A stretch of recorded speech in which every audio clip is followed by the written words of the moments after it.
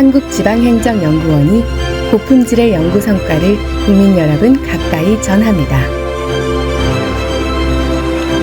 행복한 지방행정 보이는 연구. 안녕하십니까. 한국지방행정연구원 자치분권 제도실 부연구위원 김필입니다. 네, 반갑습니다. 한국지방행정연구원 지역균형발전실 실장 이재현입니다.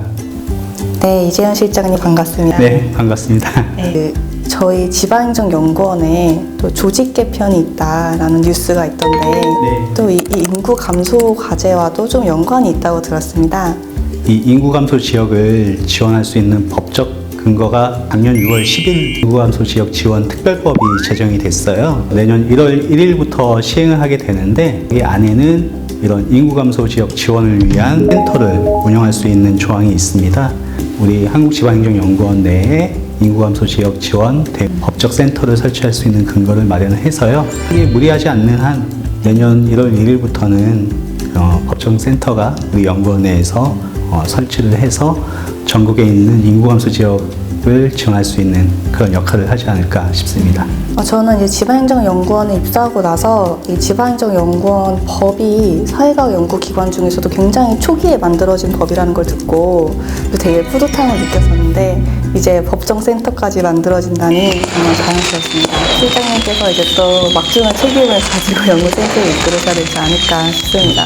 네. 지역에서 어려움에 처해 있는 그 지역에 조금이라도 좀 생기가 다시 돋아날 수 있게끔 지원할 수 있을까? 네, 그런 걱정이 좀 있습니다. 과제를 수행하시면서 이제 기대되는 효과라든지 이제 좀 예상되는 문제점, 이건 잘해나가고 싶다. 이런 거에 대해서 한 말씀 해주시면 좋을 것 같습니다. 지방 소멸을 방지하기 위해서 아무리 많은 재정을 투입한다고 하더라도 인구가 빠져나간 지역에서 다시 인구가 돌아오는 일은 정말 현실적으로 어렵지 않을까. 아무래도 대도시에 비해서 일자리라든지 생활 여건이라든지 생활 편의시설 모든 게 다 부족한 지역에 인구를 다시 유입시킨다? 그거는 정말 어려운 일인 것 같고요. 특히 지역에서는 또 되게 핵심 인력 구조죠. 그 청년들을 많이 유입시키고 싶어 하는데 그건 더더구나 힘든 일이라고 생각이 들고요. 다만 사람을 우리 지역으로 정착시키는 건 어렵더라도 우리 지역에 관심이 있는 사람들을 만들어내고 지속적으로 교류할 수 있고 우리 지역에 잠시나마 와서 문화나 관광이나 이런 것들을 할 수 있는 생활 인구 그런 것들을 좀 늘릴 수 있는 게 현실적인 방안이 아닐까. 초점을 맞춰서 효과적인 연구를 더 진행하고 싶습니다. 인구라고 하면은 이제 조금 딱딱한 어감이 있는데 지금 실장님께서 말씀 주신 것 중에 좀 저한테 와닿는 게 결국 사람을 이끄는 매력을 창출해내는 그런 과제인 것 같습니다. 그래서 사람이 오고 싶게 만드는 그런 지방을 만드는 그런 과제에 저희 지방행정연구원에서 또 법정센터를 만들어서 그리고 이제 마중물 예산에 대한 과제를 뿌려서 나가고자 하는 그런 노력을 하고 있다는 점을 보시는 분들께서 알아주시면 좋을 것 같습니다.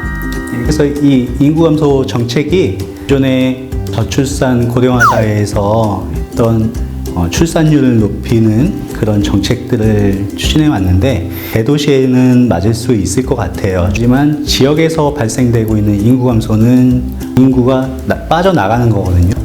출산율을 높이는 것보다는 지역에 있어서는 지역의 매력을 창출하는 그런 전략으로 인구 정책을 펼쳐야 된다. 그런 취지에서 시작되는 것 다시 한번 강조해서 말씀드리고 싶네요. 실장님 말씀하신 게 정말 의미가 깊은 게 지금까지 저출산 정책은 어떤 인구를 어떤 저량적인 지표로 봤다면은 풀을 갖고 있는 어떤 통계적인 지표로 본다는 것이 또 이 인구 감소의 그 시각의 전환이 아닌가 싶습니다. 오늘 굉장히 재밌는 인구 감소에 대한 이야기를 들어보았는데요. 저희가 항상 마지막에 그 플로어에서 질문을 받습니다. 질문을 해주실 분 있으신가요? 곳에 있긴 있죠. 드라마틱하게 인구가 확 늘어나거나 그런 사례는 없어요. 인구가 빠져나가는 걸 조금 속도를 더 늦추고 아니면 적지만 조금이라도 유입할 수 있는 그런 사례가 있긴 한데 대표적으로 그 함양군에 화초등학교가 있습니다. 이게 농촌 유토피아라는 정책에 의해서 진행된 사업인데요.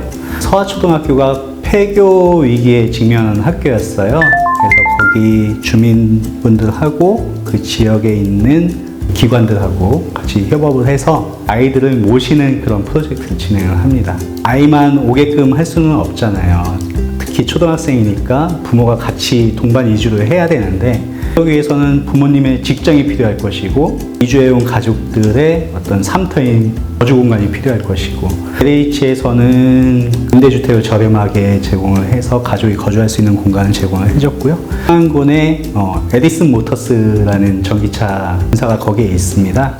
그래서 거기하고 협약을 체결해서 서하초등학교에 이주해온 부모님들 일자리까지 제공을 해주고 아이들은 또 학교에서도 잘 지내고 특정 분야의 하나의 분야만 가지고 인구를 빠져나가는 걸 막고 유입되는 것을 할 수 있는 정책은 없다고 봐요. 다양한 그 분야를 서로 융합해서 해야지만 그나마 적지만 가시적인 성과는 나오지 않을까. 이분법적으로 이렇게 성과가 있었다고 말하기는 아직은 좀 곤란한 상황인 것 같고요. 정책의 방향이 올바르지는 않았다. 정도의 길은 가지 않았다. 원래 상태로 좀 돌려놓은 작업이 시작되고 있는 시점이라고 생각하시면 국가 전체적인 측면에서 보면은 어찌됐든 총 인구가 감소하고 있으니 사람을 낳아야지 인구가 늘어날 거 아니에요. 그래서 출생에 대해서 포커스를 맞춰서 지원을 했잖아요.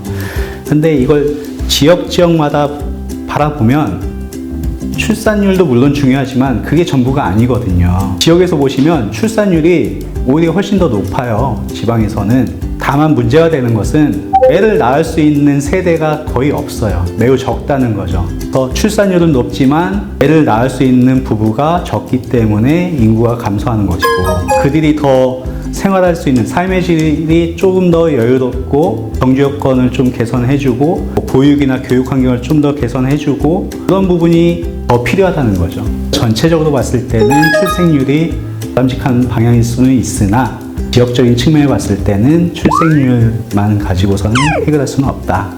그런 말씀 드리겠습니다.